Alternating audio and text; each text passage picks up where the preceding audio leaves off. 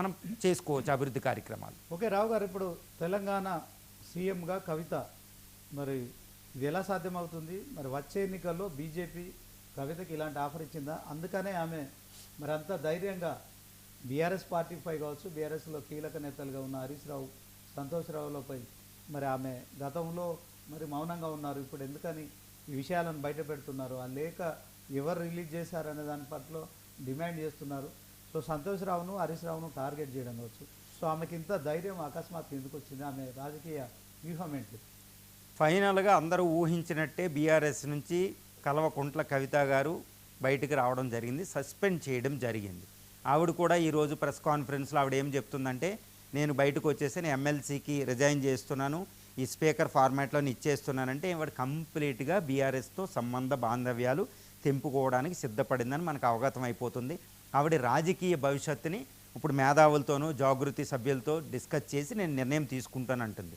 కానీ ఆవిడ మాట్లాడే విధానంలో చాలా జాగ్రత్తగా మనం గమనిస్తే ఆవిడ బాడీ లాంగ్వేజ్ ఏంటంటే, ఆవిడ ముఖంలో ఉన్న కాన్ఫిడెన్సు ఇవన్నీ మనం గమనిస్తే తెలంగాణ రాజకీయ పరిస్థితుల మీద పూర్తి అవగాహనతో ఆవిడ డిసిషన్ తీసుకున్నట్టు తెలుస్తుంది. ఆవిడ చాలా తెలివిగా స్టెప్ వేసినట్టు తెలుస్తుంది. ఎందుకంటే బహిష్కరించడం అనేది బహిష్కరించే విధంగా ఆవిడ ఫోర్స్ చేసింది కూడా తెలంగాణ బీఆర్ఎస్ పార్టీని. ఎందుకంటే తండ్రి వాళ్ళ గమనించాలి, కేసీఆర్ గారు కూతుర్ని చాలా ఇష్టపూర్వకంగా చూసుకుంటారు, వాళ్ళకి ఎమోషనల్ బాండేజ్ ఉంది. కవితకి కేసీఆర్ బాండేజ్ వండర్ఫుల్ బాండేజ్, అందులో తిరిగేలేదు. ఎందుకంటే తెలంగాణ మూమెంట్కి చాలా చాలా చాలా గొప్ప సోల్ ఆత్మ అయినటువంటి తెలంగాణ జాగృతి, తెలంగాణ సంస్కృతి అనే ఒక వింగిని ఆవిడకి ఇచ్చారు. అంటే కేసీఆర్ గారు ఆవిడకి ఎంత బాధ్యత అప్పచెప్పారు, ఎలా ఆవిడ కూడా నిర్వర్తించినట్టు మనకు తెలుస్తుంది. ఇప్పుడు ఆవిడ కాన్ఫిడెంట్కి ఎలా బయటకు వచ్చి ఉంటుంది అంటే, ఇక్కడ ఒక విషయం అండి, ఇప్పుడు అందరూ అనుకుంటున్నారు కొత్త పార్టీ పెడుతుందా అని. కానీ కొత్త పార్టీ పెడుతుందా అంటే కొత్త పార్టీ ఫస్ట్లో పెట్టొచ్చు, కానీ కొత్త పార్టీకి ఇక్కడ పొలిటికల్ స్పేస్ ఉందా తెలంగాణలో అనేది గమనించాలి. పొలిటిక్స్గా ఇప్పటికే కాంగ్రెసు బీజేపీ పోటాపోటీగా ఉన్న రెండు నేషనల్ పార్టీసు, దీంతోపాటు బీఆర్ఎస్ ఉద్యమ పార్టీ, తిరుగులేని పార్టీ అక్కడ కూడా, దాంతోపాటు సిపిఐ పార్టీలు లెఫ్ట్ పార్టీలు ఉన్నాయి, దీంతోపాటు ఏఎంఐఎం తిరుగు లేకుండా అక్కడ హైదరాబాద్ ఈ సరౌండింగ్లో చాలా బలంగా పార్టీ సీట్లు అనేది గ్యారంటీ గెలుచుకుంటుంది, తక్కువ ఓటు షేర్ ఉన్న ఇన్ని పొలిటికల్ పార్టీ ఉండగా ఇంకొక పొలిటికల్ పార్టీకి ప్లేస్ ఏది? There is no political space for the new political party అండి, ఇంకొకటి లేదు. మరి ఇప్పుడు కవిత గారు కొత్త పార్టీ పెడితే ఎక్కడ సర్వైవ్ అవుద్ది? సర్వైవ్ అయ్యే పరిస్థితి లేదు. కాబట్టి ఇప్పుడు విజయశాంతి అని, ఈటల రాజేందర్ అని, దేవేంద్ర గౌడ్ గారని, ఇంకా ఎంతోమంది, షర్మిల గారు ఎన్నో పొలిటికల్ పార్టీ పెట్టినా కొనుమరుగు అవడం జరిగింది. ఎందుకంటే నో పొలిటికల్ స్పేస్ అండి. తర్వాత ఇక్కడ క్యాస్ట్ బేస్డ్ పొలిటికల్ పార్టీసు, బీసీలు బేస్డ్ అని, తర్వాత మత ప్రాతిపదికన వీటి మీద రాజకీయాలు జరుగుతాయి ఉద్యమ స్ఫూర్తితో. అంతేగాని వేరే పొలిటికల్ స్ఫూర్తితో ఆవిడ పెట్టడానికి ఆవిడ దగ్గర ఒక ర్యాలీయింగ్ పాయింట్ అనేది లేదు. కానీ ఇనీషియల్ లెవెల్లో పొలిటికల్ పార్టీ పెడుతుంది. కానీ ఇప్పుడు ఆవిడ చెప్పింది ఏంటంటే, ఏ పొలిటికల్ పార్టీకి నేను వెళ్ళను అని ఆవిడ చెప్తుంది. నేను ఏది వెళ్ళను, దేని అవసరం నాకు లేదు, బీఆర్ఎస్లో ఉన్నాను, నేను వెళ్ళిపోతానని చెప్తుంది. అంటే గ్యారంటీ నేను పాలిటిక్స్లో ఉంటాను. మరి ఎలా? కొత్త పొలిటికల్ పార్టీకి లేదు. మళ్ళీ ఆవిడకి ఏంటంటే ఒక పొలిటికల్ పార్టీ సర్వైవల్ అంటే అర్ధబలం, కండబలం, క్యాడర్ అన్నీ కావాలి, లేదా అది ఇంపాసిబుల్ అండి, అంత ఈజీ కాదు ఒక పొలిటికల్ పార్టీని ఉద్యమ స్ఫూర్తిగా తీసుకెళ్ళడానికి. మరి ఎలా పరిస్థితి అంటే, ఇక్కడ ఒకటే ఆవిడకి ఒక అవకాశం ఉంటుందండి. ఆ అవకాశం ఏంటి అంటే, మనం ఒక విషయం గమనించాలి. ఏ అవకాశం? ఐదర్ కాంగ్రెస్లోకి రావాలా, బీజేపీలోకి రావాలా. ఈ రెండు పార్టీలు బలమైన పార్టీలు. ఎందుకంటే ఆవిడ షీజ్ ఎన్ యాంబిషియస్ లేడీగా ఉంటుంది అనమాట. Ambitious lady it's not a negative అండి, చాలా ఒక లక్ష్యంతో ఉంటుంది అనమాట. పెద్ద లక్ష్యం పెట్టుకునే ఒక స్త్రీ ఆవిడ ఒకటే చెప్తుంది, నేను తెలంగాణ ఉద్యమానికి స్ఫూర్తి అయిన కేసీఆర్ గారు అడుగుజాడల్లో ఆయన వేలు పట్టుకుని ఉద్యమాలు నేర్చుకున్నానని, అంత ఉద్యమ స్ఫూర్తితో చాలా పెద్ద లక్ష్యంతో ఉంది ఆవిడ. సీఎం అనే లక్ష్యంతో ఉంది, పెద్ద పోస్టే లక్ష్యం పెట్టుకుంది. కానీ ఏదో ఎమ్మెల్సీలు, ఎమ్మెల్యేలు, ఎంపీలతో సరిపెట్టుకునే విధంగా ఆవిడ ఏమీ లేదు. కాబట్టి 2 దశాబ్దాలకు పైగా ఆవిడకి ఎక్స్పీరియన్స్ ఉంది, ఆవిడే చెప్తుంది. దీన్ని బట్టి ఏంటంటే కాంగ్రెస్లోకి వెళ్ళడానికి ప్లేస్ లేదు. కాంగ్రెస్ అధికారంలో ఉంది, అధికారంలో ఉన్న పార్టీ అంత ఈజీగా ఇవ్వదు, ఇచ్చినా చాలా ప్లేస్ ఇస్తుంది. మళ్ళీ వచ్చే ఎన్నికల నాటి కూడా కాంగ్రెస్లో స్థానం లేదు, ఎందుకంటే బలమైన నాయకులు అధికారంలో ఉండడం వల్ల. ఇంకోటి బీజేపీ అనేది ఒక్కటి ఉంది. ఇక్కడ బీజేపీ విషయంలో ఆవిడకి చాలా పెద్ద ప్లేస్ ఉంది. ఎందుకంటే బీజేపీకి చాలా బలహీనతలు ఉన్నాయండి. వీక్నెస్ ఏంటంటే 2023 డిసెంబర్లో జరిగిన తెలంగాణ ఎన్నికలని లెక్కలు మనం చూసుకుంటే 39% దాకా కొట్టుకుని 64 సీట్లతో కాంగ్రెస్ ఉంటే 64 సీట్లు 39% ఓటు షేరు. అదేవిధంగా బీఆర్ఎస్కి ఎంత వచ్చినాయి, 39 సీట్లు వచ్చి 37% ఓటు షేర్ వచ్చింది. కానీ బీజేపీ అధికారం చేజిక్కించుకుంటానా అన్నట్టు పోరాడింది, చాలా బలంగా పోరాడింది. కానీ 13% ఓటు షేర్తో కేవలం 8 సీట్లు కొట్టుకుంది. కానీ ఏఎంఐతో సమానంగా ఒక రకంగా ఏఎంఐతో 7 సీట్లు అది కొట్టుకుంది, 2.98% వచ్చిన. ఇవి లెక్కలు ఉంటాయి. కానీ అంటే బీజేపీకి చాలా బలహీనతలు ఉన్నాయి, ఇన్హెరెంట్గా బలహీనతలు ఉంది. అదేంటి, అర్బన్ ఏరియాలో బలంగా ఉంది. అదేవిధంగా 119 సీట్లకు కానీ కేవలం 8 సీట్లు ఏదో అధికారం చేజిక్కించుకుంటానని వెళ్ళి ఎందుకు లేదు అంటే బీజేపీలో హైలీ అట్రాక్టివ్ మాస్ లీడర్స్ లేరు. కానీ తెలంగాణ పరిస్థితి చూస్తే ఇది డిఫరెంట్గా ఉంటుందండి. ఒక ఉద్యమ రాష్ట్రం, ఉద్యమాల పురిటిగడ్డగా ఉంటుంది. ఇక్కడ ఉద్యమం అనేది ప్రధానం ఉంటుంది. డిఫరెంట్గా పీపుల్ ఆలోచిస్తారన్నమాట, వెంటనే రిజల్ట్ ఓరియంటెడ్గా ఆలోచిస్తారు. ఉద్యమాలు కేసీఆర్ గారు దాన్ని పాయింట్ చేశారు, కాంగ్రెస్ కొట్టింది. మరి బీజేపీ ఎందుకంటే అర్బన్ ఏరియాలో హైలీ అట్రాక్టివ్ లీడర్స్ లేరు. ఆ పార్టీ ఈ పార్టీ నుంచి వచ్చిన వాళ్ళే లీడర్లు ఉన్నారు. ఇప్పుడు బీజేపీకి పెద్ద హైలీ అట్రాక్టివ్ మాస్ మూమెంట్ ఉన్న ఒక పెద్ద లీడర్ అండ అనేది లేకపోతే అధికారం చేజిక్కించుకోవడం కుదరదు. ఇది వాస్తవ పరిస్థితి. ఇది బీజేపీకి కూడా తెలుసు. అందుకనే ఇటు ఈటల రాజేందర్ అని, రఘునందన్ రావు అని వాళ్ళని కాంగ్రెస్ నుంచి ఇక్కడి నుంచి అన్ని పార్టీల నుంచి జాయిన్ చేసుకుంటూనే అది వెళ్ళద్ది. కొత్తగా ఇక్కడ లేరు. కాబట్టి ఇప్పుడు ఒక అద్భుతమైన అవకాశం బీజేపీకి వచ్చేసింది. అదేంటి, కవిత గారికి. కవిత ఒక ఉద్యమ స్ఫూర్తి, కేసీఆర్ ఫ్యామిలీ, తిరుగులేని ఫ్యామిలీ. కాబట్టి ఆవిడ ఇందులోకి వస్తే ఇక్కడ వాళ్ళకి అవకాశం దొరికినట్టు. కానీ బీజేపీలోకి రావాలంటే ఆవిడకి సీఎం సీటు కంటే తక్కువ ఏది ఆఫర్ చేసినా ఆవిడ వచ్చే ప్రసక్తి లేదు. ఎందుకంటే ఆవిడ లక్ష్యం అది. అంతేగాని లేకపోతే బీఆర్ఎస్లో మినిస్టర్ సీటు ఉండదా, ఎమ్మెల్సీ ఉండదా, ఎంపీ ఉండదా. అందువల్ల ఆవిడ లక్ష్యం సీఎం కాబట్టి అదే సీఎం సీటు బీజేపీ ఆఫర్ చేయాలి. లేదా ఆవిడ రాదు. బీజేపీకి అది అత్యవసరం. ఎందుకంటే నేను చెప్పినట్టు అట్రాక్టివ్ లీడర్, ఉద్యమ లీడర్ లెవెల్ కావాలి. తర్వాత బీజేపీకి రూరల్ ఏరియాలో బ్యాక్గ్రౌండ్ క్యాడర్ లేదు. కాబట్టి రూరల్ ఏరియాలకి వెళ్ళి అన్నిటి పరంగా కవితకి తిరుగులేని నాయకులు. ఎందుకంటే తెలంగాణ జాగృతి ఇవన్నీ ఉండడం వల్ల. రెండు, కవితకు కూడా ఇది ఇంపార్టెంట్. ఎందుకంటే అటు కేటీఆర్ని తట్టుకోవాలి, తర్వాత కేటీఆర్లను తట్టుకోవాలంటే కేటీఆర్ కాకుండా సీఎం అవ్వాలి అంటే ఆవిడ లక్ష్యంగా అనుకూలంగా ఇప్పుడు ఈ బీజేపీలో ఉంటే అర్ధబలం ఉంటుంది, ఈవిడిది అవసరం ఉండదు. ఖండబలం లేదు. ఖండబలం బీజేపీ ఇవ్వగలుగుద్ది, కేంద్రంలో అధికారంలో ఉంది. అదేవిధంగా క్యాడర్ ఉంటుంది, చాలా క్యాడరు. ఈవిడి యాడ్ అయిందంటే తిరుగులేని శక్తి అయిపోతుంది. బీజేపీ కూడా తిరుగులేని శక్తి. రెండు, ఇప్పుడు ఆవిడ మీద కేసులు ఉన్నాయి, ఈ లిక్కర్ స్కామ్ అని. వీటిలో సిబిఐ ఇవన్నింటిలో బయటపడాలంటే కేంద్రంలో ఉన్న అధికార పార్టీ. సో వాటి నుంచి బయటకు వచ్చే అవకాశాలు చాలా పుష్కలంగా ఉంటాయి.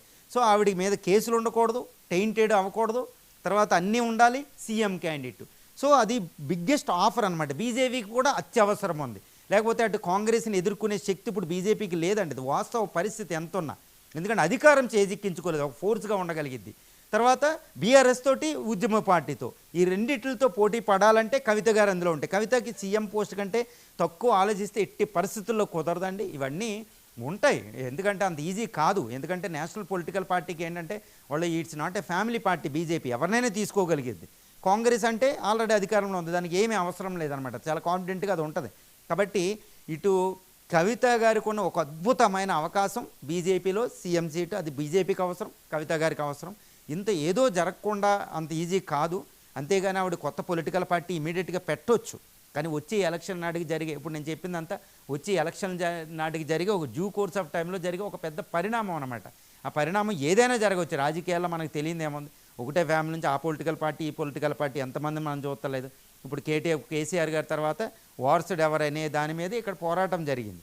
కేటీఆర్ గారికి ప్రాధాన్యత కేసీఆర్ గారు ఇవ్వడం జరిగింది. ఎందుకంటే కేటీఆర్ గారు ఎక్కువ అనుకుంటున్నారు. ఆయన కొడుకు కూతురు మధ్య ఎటువంటి ఆయన తారతమ్యం చూపలేదు, కూతురికి ఎక్కువ ఇచ్చిన. కేటీఆర్ గారు చాలా నిదానంగా ఆయన వారసత్వాన్ని అందిపి బీఆర్ఎస్ పార్టీని ముందుకు తీసుకెళ్ళి తెలంగాణ అభివృద్ధికి పాటుపడతారని కేసీఆర్ గారు అనుకుంటున్నారు.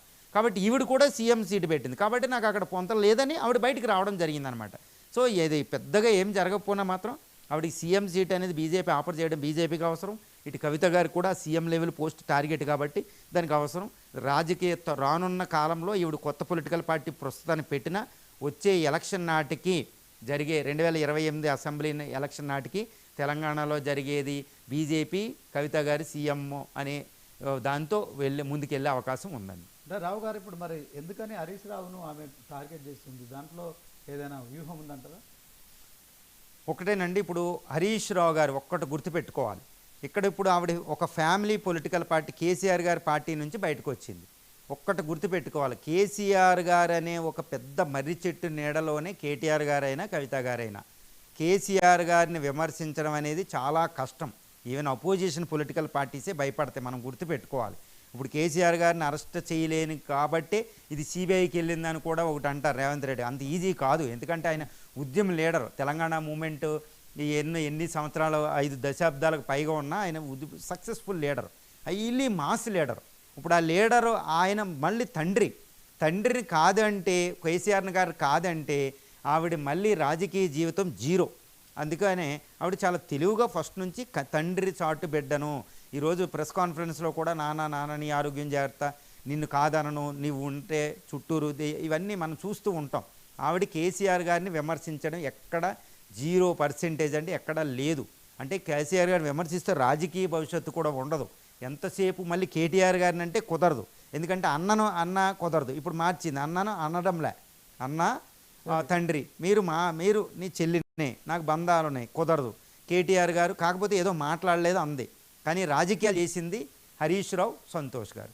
వీళ్ళిద్దరూ చేశారు. వీళ్ళు గుంటనకలు మేక వన్యలో ఉన్న పులులు. వీళ్ళు మీ జాగ్రత్త, వీళ్ళు బీఆర్ఎస్కి చాలా డేంజరు, కేటీఆర్ గారు కూడా డేంజరే.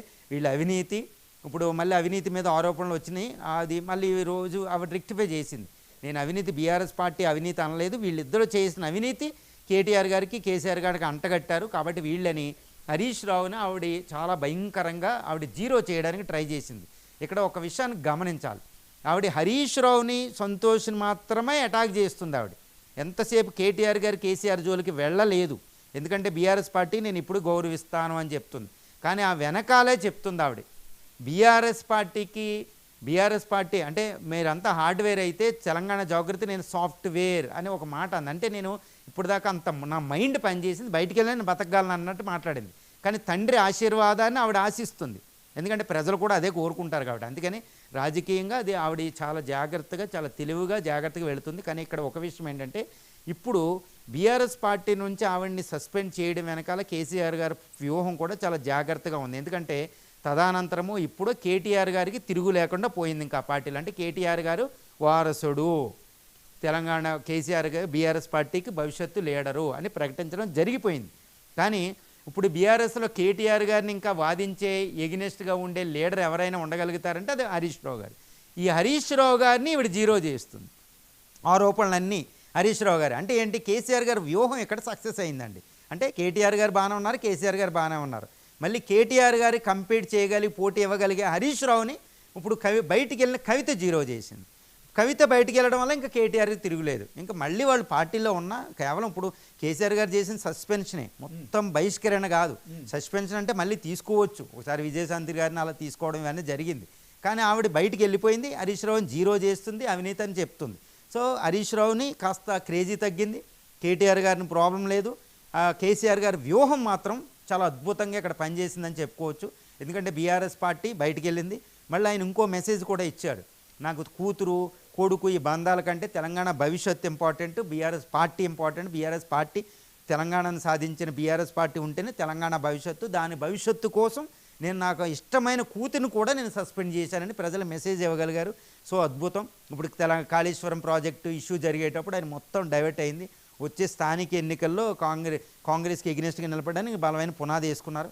ఇప్పుడు కేటీఆర్ గారికి కాంపిటీషన్ హరీష్ రావు గారు లేకుండా ఇప్పుడు ఈవిడ జీరో చేసే విధంగా మాట్లాడడం, సంతోషానికి జీరో. ఇంకా వాళ్ళు అంతా ఎక్కువగా వాళ్ళు చేయడానికి ఉండదు, ఎందుకంటే బైనాక్యులర్లు పెట్టి చూస్తారు ఇంకా వాళ్ళు ప్రతి యాక్షన్ని. సో కేటీఆర్ గారితో పోలిస్తే హరీష్ రావు వీక్ అవ్వడం, తర్వాత కేటీఆర్ గారు పోటీగా నిలబడిన కవిత బయటికి వెళ్ళడం, ఇప్పుడు బీఆర్ఎస్ పార్టీలో ఇంకా లీడర్షిప్ క్రైసిస్ లేకుండా కేసీఆర్ గారి వ్యూహం అద్భుతంగా పనిజరిగింది. వేరే పార్టీలు ఏవి కూడా ఏలెత్తి చూపలేని విధంగా ఆయన వ్యూహం ఉంది. ఎందుకంటే నాకు పార్టీకి దీనికి ప్రజల సంక్షేమానికి వ్యతిరేకంగా ఎవరైనా తీసుకుంటే కూతురని క్షమించడం, నాకు ఉద్యమం ముందు తెలంగాణ ముందని సందేశం ఇచ్చేటప్పుడు చూడండి, కాంగ్రెస్ నుంచి బీజేపీ కానీ ఎక్కువగా మాట్లాడలేని పరిస్థితి ఆయుధంగా. సో స్థానిక ఎన్నికల ముందు కాళేశ్వరం డ్యామ్ ఇష్యూ మీద కాంట్రవర్సీ జరిగేటప్పుడు కేటీఆర్ గారు పోవడం, సో ఒక అద్భుతమైన వ్యూహంతో ఒక అపర చాణుక్యుడు అనిపించుకునే విధంగా కేసీఆర్ గారి వ్యూహం ఉంది. కవిత గారు కూడా ఆవిడ చాలా కాన్ఫిడెంట్గా ఉంది. ఆవిడ జాగ్రత్తగా వేసుకునే ప్లాన్ ఆఫ్ యాక్షన్ లేకుండా ఆవిడ అంత తెగించి బయటకు వచ్చే ప్రసక్తే లేదు. కాబట్టి ఎవరి భవిష్యత్తు వాళ్ళు జాగ్రత్తగా చూసుకుంటారు. ఏదేమైనప్పటికీ తెలంగాణలో అద్భుతమైన కాంపిటేటివ్ పాలిటిక్స్ అనేది నడుస్తాయి. రావు గారు, ఒక